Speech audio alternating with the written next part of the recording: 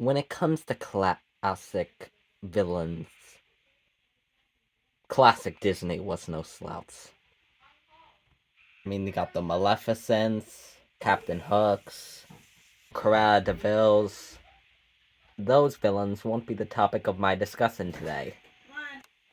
No, instead I'll be covering an underrated gem in the Disney villain catalog. A story of pride, jealousy, and greed. In the end, lost any amount of respect they still had. This is the story of Prince John, the phony King of England. Hello, my fellow magic makers, and welcome back to the most magical channel on Earth. Today we're covering Prince John, an incredibly underrated villain in my opinion. Let me start by saying that I think Prince John is one of the funniest Disney villains to date.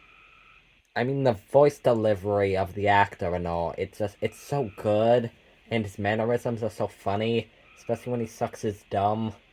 It's so good. Like, I don't know how to spell out the fact that Prince John is funny. Just watch the Robin Hood movie and they'll see what I'm talking about. But also, there's a lot more to Prince John than just being funny. There's a lot more to the character. He has layers, and he has an interesting mental state, and it's just... You know what? I've always get straight into the video, and I'll explain it. You see, if you were to ask Prince John what his whole life had been like, he would probably answer with his mother always favored his big brother Richard over him. Richard got everything, including the drone, and he was just left in dust. Though, I do wonder if this is entirely true. Did his mother really prefer Richard to him? Or is this just his own insecurities talking? I do wonder. Either way, it shows that John deeply envies his older brother and would do anything to get the kind of power he has.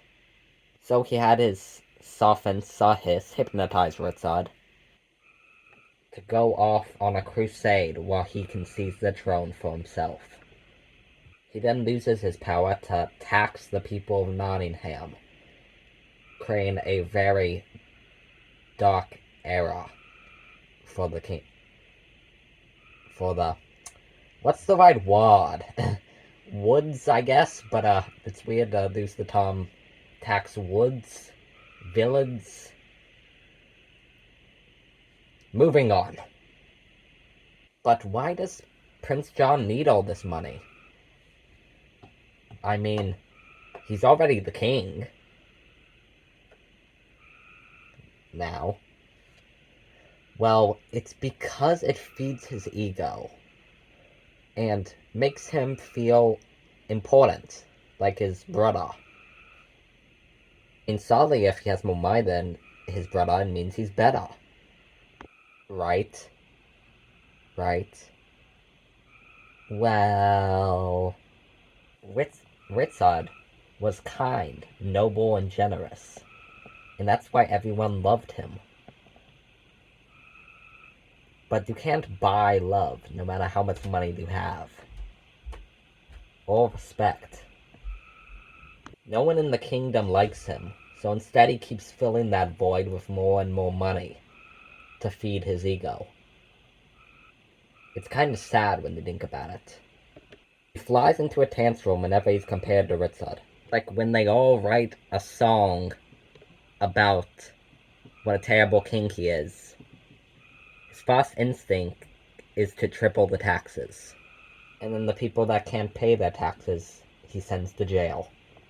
If they won't respect him, he'll throw them in the dungeon until they do.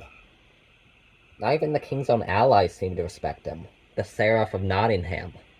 They starve him because they're greedy, like him. They get paid handsomely for walking with John. And when it comes to disrespect, there's no one who disrespects Prince John like Robin Hood. Hood routinely robs John and gives it back to the poor he stole it from. Robin usually just plays to the prince's ego and tricks him quite easily. The prince is not that bright. Why John is upset to lose all his treasures, of course. It really goes deeper than that. Robin made a fool out of him and damaged his image.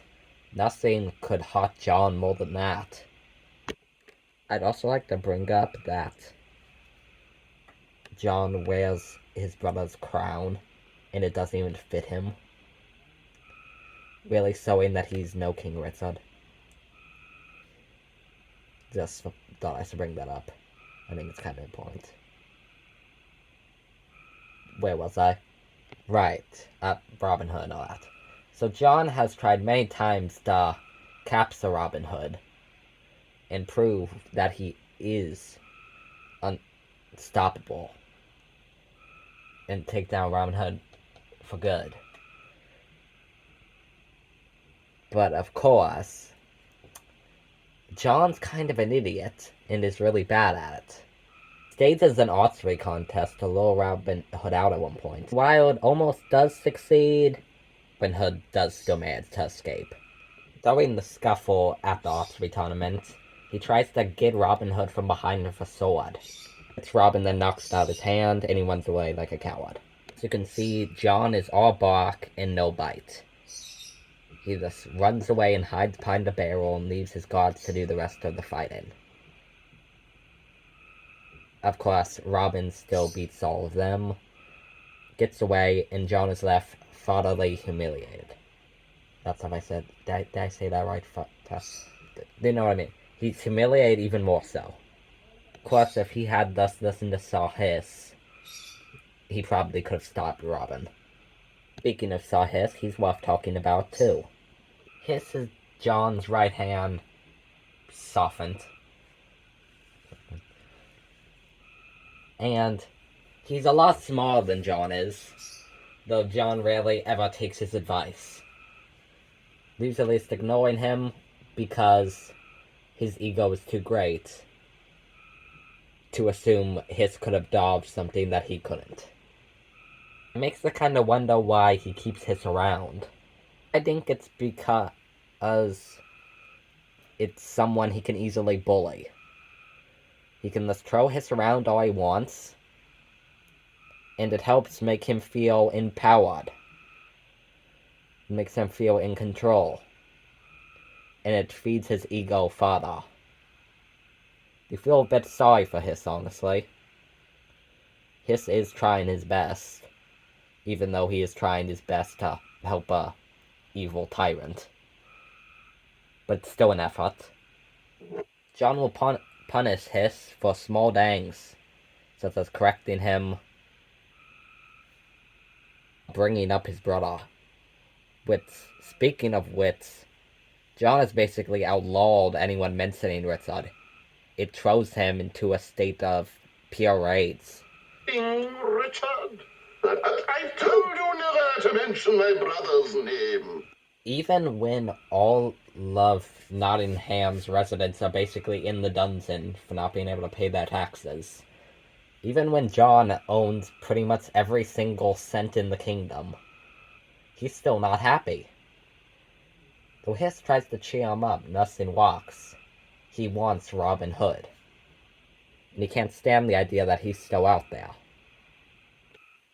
He then decides to set another trap for Robin Hood. And this one's his most devious one yet. Decides to hang poor old Friar Tuck, hoping to draw Robin Hood out, assuming he'll come to save him. Even Hiss is frightened at the idea of this. It really goes to show the lengths John will go to protect his image. Robin Hood, of course, does sew up. He frees not only Friar Tuck, but all the other prisoners as well. He also returns all the money John stole from them back to them. Despite their best efforts, John finds out about this and sicks all of the guards on them. In a very funny slapstick chase scene. There are some close calls during it. Robin manages to escape just fine, and leaving John's castle in ruin. John, of course, is furious, his image damaged beyond compare. He then takes out his anger on the one person he can. Hiss, of course. The dude should really look for new employment. Now, if you guys don't mind, I'd actually like to cover a deleted scene from this film. But I'd still really like to talk about because I still think it's important to John's character. And I honestly wish I kind of wish it was in the final movie. In the movie, Robin's able to escape the castle with no injuries. But in this version, Robin was injured. Little John then takes Robin to the charts where he can be healed. He then leaves, and leaves Robin with Maid Marian to watch over him. Prince John and Sir Hiss, of course, find them in the charts, and with Robin unable to fight, they see this as the perfect chance to take care of him for good. He then evilly smiles at Marian, who he most likely plans to murder as well. He then pulls out a dagger, looking rather menacing, honestly, which is very rare for him. It seems he's finally becoming the imposing figure of power everyone that he always hoped people would see him as. Until his brother shows up, angry at all John has done. A real figure of strength. We then once again see John's true colors, a coward. And Richard's the one